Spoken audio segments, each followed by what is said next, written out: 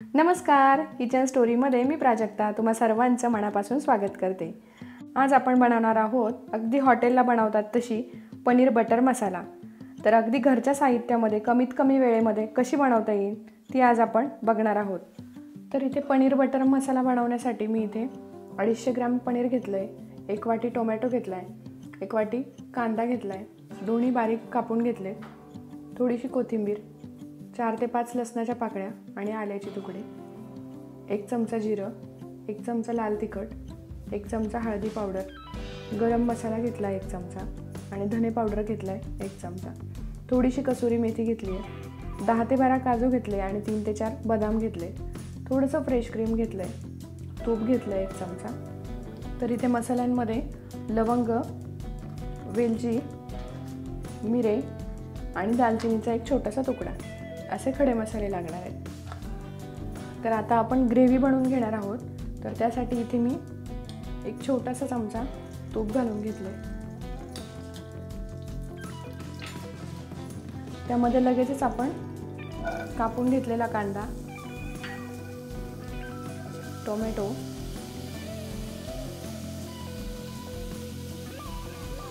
लसूण आणि आलं हे व्यवस्थित परतवून घ्यायचे। तर याची आपल्याला ग्रेव्ही बनवायची आहे म्हणून कांदा टोमॅटो थोडासा जाडसर कापला तरी इथे चालणार आहे। ते व्यवस्थित आपल्याला शिजवून घ्यायचे आहे।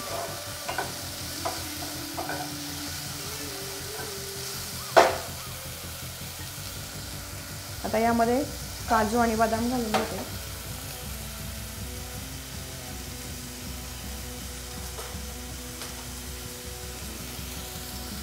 आणि यामध्ये अर्धा चमचा हळद घालून घेते।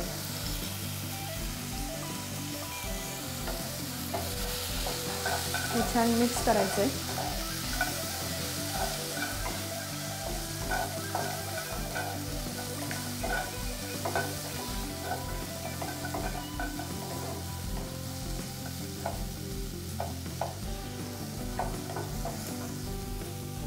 यामध्ये मी आता पाणी ॲड करते 1 ग्लास।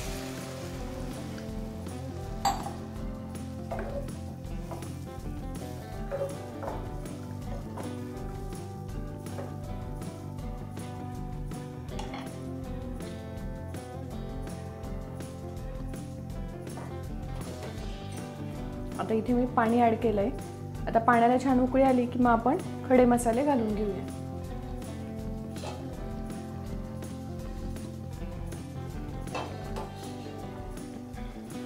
आता इथे पाण्याला छान उकळी आली आहे, त्यामध्ये 3 लवंग आणि 3 मिरे, तर यामध्ये आपण दालचिनीचा तुकडा आणि 2 वेलच्या टाकून घेतल्या आणि याला आता आपण व्यवस्थित शिजवून घेऊ। एक 15 मिनिटांसाठी याला व्यवस्थित शिजवून घेऊ आणि त्यानंतर आपण याची मिक्सरला ग्रेव्ही बनवून घेऊ। तर आता इथे 10 ते 15 मिनिटं झालेले आहेत आणि आपले कांदा टोमॅटो पण व्यवस्थित छान शिजले गेले। आता हे सगळं थंड करून घ्यायचं आणि मिक्सरला बारीक करून घ्यायचं। तिकडे कांदा टोमॅटो थंड होतंय तोवर आपण इथे पनीर छान व्यवस्थित सारख्या आकारात कापून घेऊ। तुम्हाला ज्या आकारात आवडेल लहान मोठं त्या आकारामध्ये तुम्ही कापून घ्या।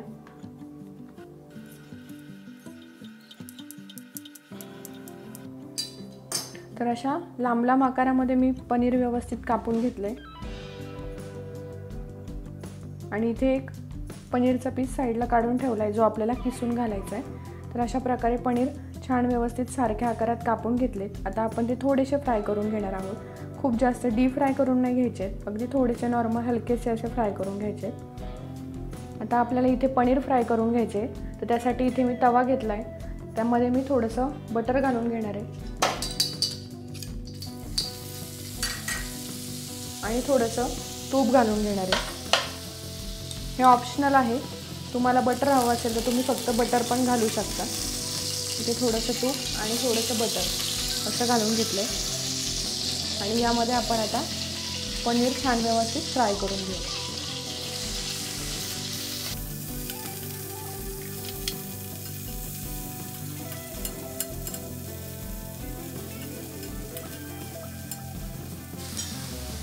तर असे ते व्यवस्थित छान फ्राय करून घ्यायचे।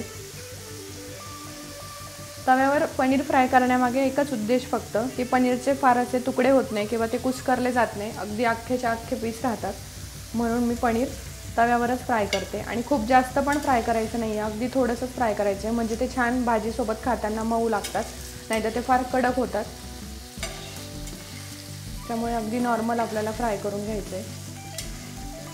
तव्यावर टाकल्यानंतर पण फार उलट-सुलट करायचं नाही आहे। तर इथे बघू शकता पनीर दोन्ही साईडने अतिशय छान असे फ्राय झालेले आहेत। ते आता मी काढून घेते आणि आता आपण भाजी बनवायला घेऊया। तर आता आपण भाजी बनवून घेऊया। तर इथे त्यासाठी मी 2 चमचे साजूक तूप घातले आणि 1 चमचा बटर घातले।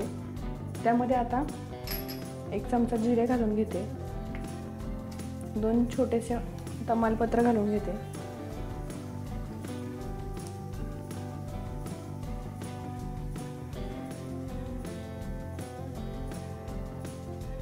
आता जिरे छान तडतडले की त्यामध्ये आपण लगेचच आपले मसाले घालून घेऊया।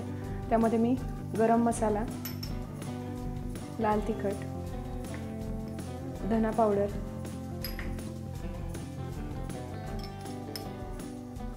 हळद आणि काश्मीरी लाल मिरची घालून घेते।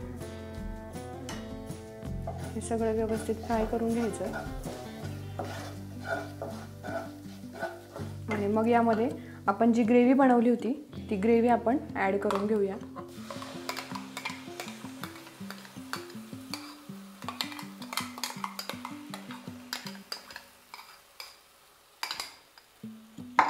आता हे सर्व मिश्रण व्यवस्थित मिक्स करून घ्यायचे।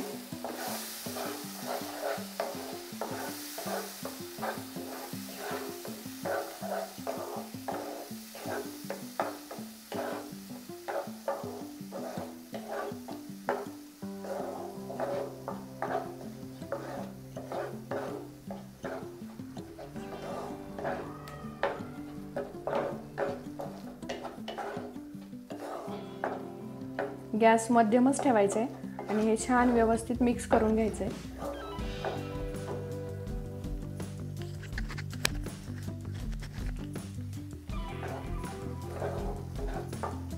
आता काय होतं ना की बाजारामध्ये इन्स्टंट प्रीमिक्स पण मिळतात याचे ग्रेव्हीचे, पण त्याचे खूप जास्त रेट असतात।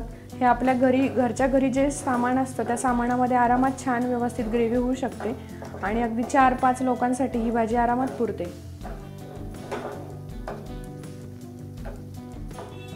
जर 4-5 लोकांपेक्षा जास्त लोक असतील तर त्यासाठी आपण इथे कढईमध्ये थोडंसं बेसन पीठ भाजून घेतलं आणि त्यानंतर आपली ग्रेव्ही किंवा जे मसाले आहेत ते छान व्यवस्थित एकजीव करून परतून घेतले तरीही छान भाजी होते। आता 3 ते 4 जणांसाठी ही मी ग्रेव्ही बनवून घेतली आणि याची भाजी बनवून घेते। तर 3-4 लोकांपेक्षा जास्त लोक असेल किंवा मग ग्रेव्हीसाठी तितकं साहित्य नसेल घरामध्ये, तर आपण त्यामध्ये थोडंसं तुपामध्ये किंवा तेलामध्ये बेसन पीठ जे आहे ते थोडंसं भाजून आणि मग ही ग्रेव्ही किंवा मसाले घातले तरी खूप छान दाटसर ग्रेव्ही होते आणि ती सर्वांना पुरतेही। म्हणजे अचानक जर तसं झालं किंवा अंदाज आला नाही तर आपण बेसन पीठ व्यवस्थित भाजून तेही वापरू शकतो। पण बाजारातून आणलेल्या मसाल्यांपेक्षा नक्कीच ही घरी बनवलेली ग्रेव्ही खूप टेस्टी लागते, खूप छान लागते आणि करायलाही अगदी सोपी आहे। तर आता हे छान एकजीव झालंय आणि व्यवस्थित परतलं गेलंय, त्याला छान तेल सुटलंय।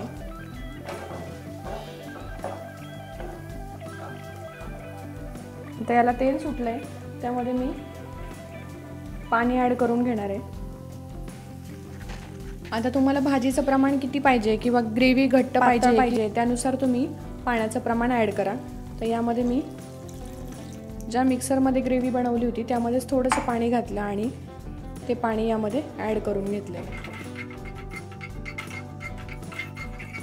आता पनीर टाकल्यानंतर ही भाजी पुन्हा थोडीशी घट्ट होणार आहे, त्यामुळे मी अजून थोडंसं पाणी ॲड करते यामध्ये। आता यामध्ये चवीनुसार मीठ घालून घेते आणि तुमच्या आवडीप्रमाणे तुम्ही गोड जितका हवा असेल तितकी यामध्ये साखर ॲड करायची। मी अगदी एक छोटासा चमचा साखर ॲड केली।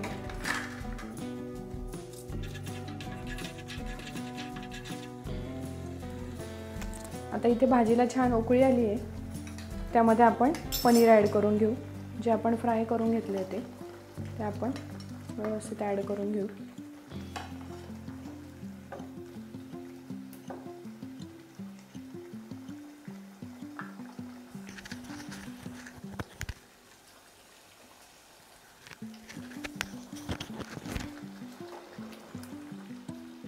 आता जो काय आपण पनीरचा तुकडा ठेवला होता तो आपण यामध्ये किसून घेणार आहोत.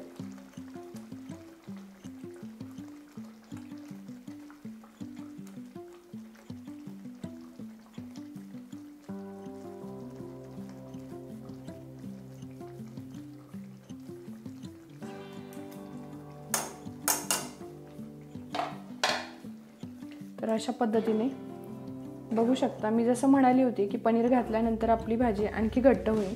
त्या पद्धतीत ही ग्रेव्ही आणखी घट्ट झाली आहे. तर तुम्हाला भातासोबत वगैरे खायची असेल तर ग्रेव्ही थोडीशी पातळच ठेवायची.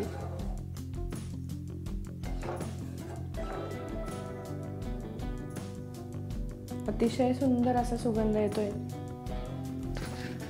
आता भाजी छान तयार झाली आहे, पण जोपर्यंत आपण स्मोक देत नाही भाजीला तोपर्यंत ती हॉटेलसारखी वाटणारच नाही. म्हणून इथे मी कोळसा ठेवून घेतला आहे, जो की आता गरम करून घेते. तर आता इथे कोळसा व्यवस्थित पेटला आहे. मी गॅस बंद करून घेते आणि एका छोट्या प्लेटमध्ये काढून घेते.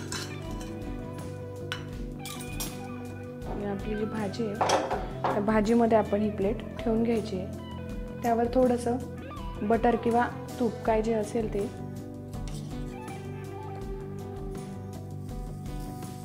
घालून घ्यायचे आणि झाकण ठेवून द्यायचं.